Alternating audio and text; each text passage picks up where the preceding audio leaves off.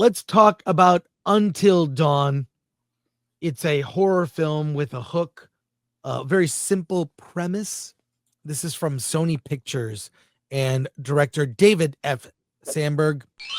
It's a 69. simple story of a group of kids on a trip, and they're basically reconciling the death of a sibling. It's and this group of kids stumbles upon, after stopping at the weird gas station with a creepy guy played by Peter Stormare, who's he's been in a million things. He's very creepy. He's very good. So this group of friends goes to this town, kind of reconcile, maybe track down their one of the girls' missing sister, and they end up at a house where they get killed and offed one by one by a maniac. And there is a there's like a what happens is at the end of the night, right before dawn, everything resets and they're alive again, and they don't know why. They see a board with a bunch of pictures of people that say missing, missing, missing. What's going on? They're trapped in a loop. It's like Groundhog's Day with Michael Myers. I would imagine that would be the pitch. I think it's part of the thing that would make a movie like this work. So I honestly really liked it, the way it began. The kills were very clever, including a scene where they're just simply drinking water. I don't want to ruin it, but there are there's a lot of cheap jump scares, which they overuse. That gets a bit tiresome, but the kills have to be clever. I gotta say though, the thing that really was weak for me, and I'm sitting here even like I didn't recognize any of the cast. They're really kind of forgettable, almost CW actors. They didn't really stand out to me. Like I just did not like really stand out at all. The diverse cast, just that was kind of typical, and I didn't think anyone really stood out. The emotional kind of what's supposed to be the emotional subtext and running throughout with the missing sister, that was I didn't feel anything. That didn't work for me, and it was just the concept got tiresome by the end. And also the way you're supposed to solve this, solve the kill loop, as it were, because they're being killed, they wake up, they're alive, they get killed again, they get killed again, they get killed again, and the way they have to solve it, I found just kind of not interesting. I like it. I would prefer to not know.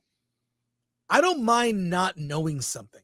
I don't need everything explained to me. Mm-hmm. I like it better when it's just, this is what it is. In Groundhog's Day, did they ever explain what was going on? Nope. Don't need to. Yep. We're not stupid. They didn't need to over explain this. I think really what made it weak for me, unfortunately, I'm sorry to say this, was the cast. I thought they were just very generic, like just very generic. Get me a this, get me a that. And that was kind of the weakest aspect. And not really caring about these people. And you keep seeing them getting killed. And then they even discuss like, well, maybe we should just kill ourselves and we'll reset, like there's no stakes when you're getting killed over and over again, knowing you're going to come back. Right. And then over explaining the concept at the end, you're like, that's what, it's stupid. So I don't know.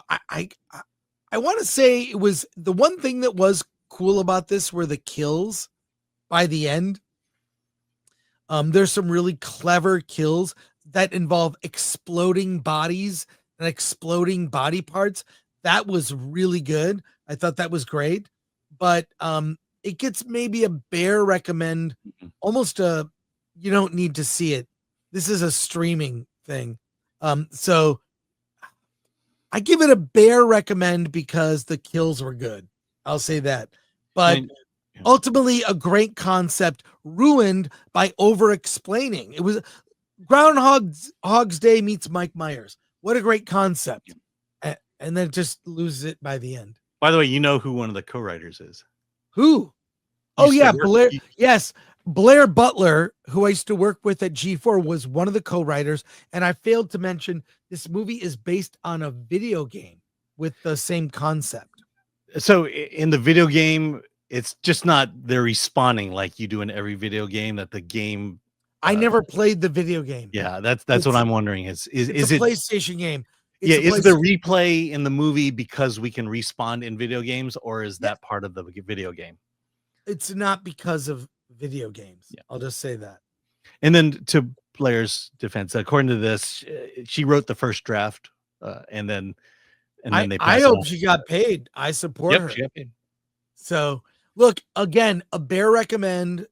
There's it's a new horror film in theaters, which I will go see. But by the end, I was checked out. I think they didn't know what to do. It's like, this is a great concept. How do we wrap it up? I don't know.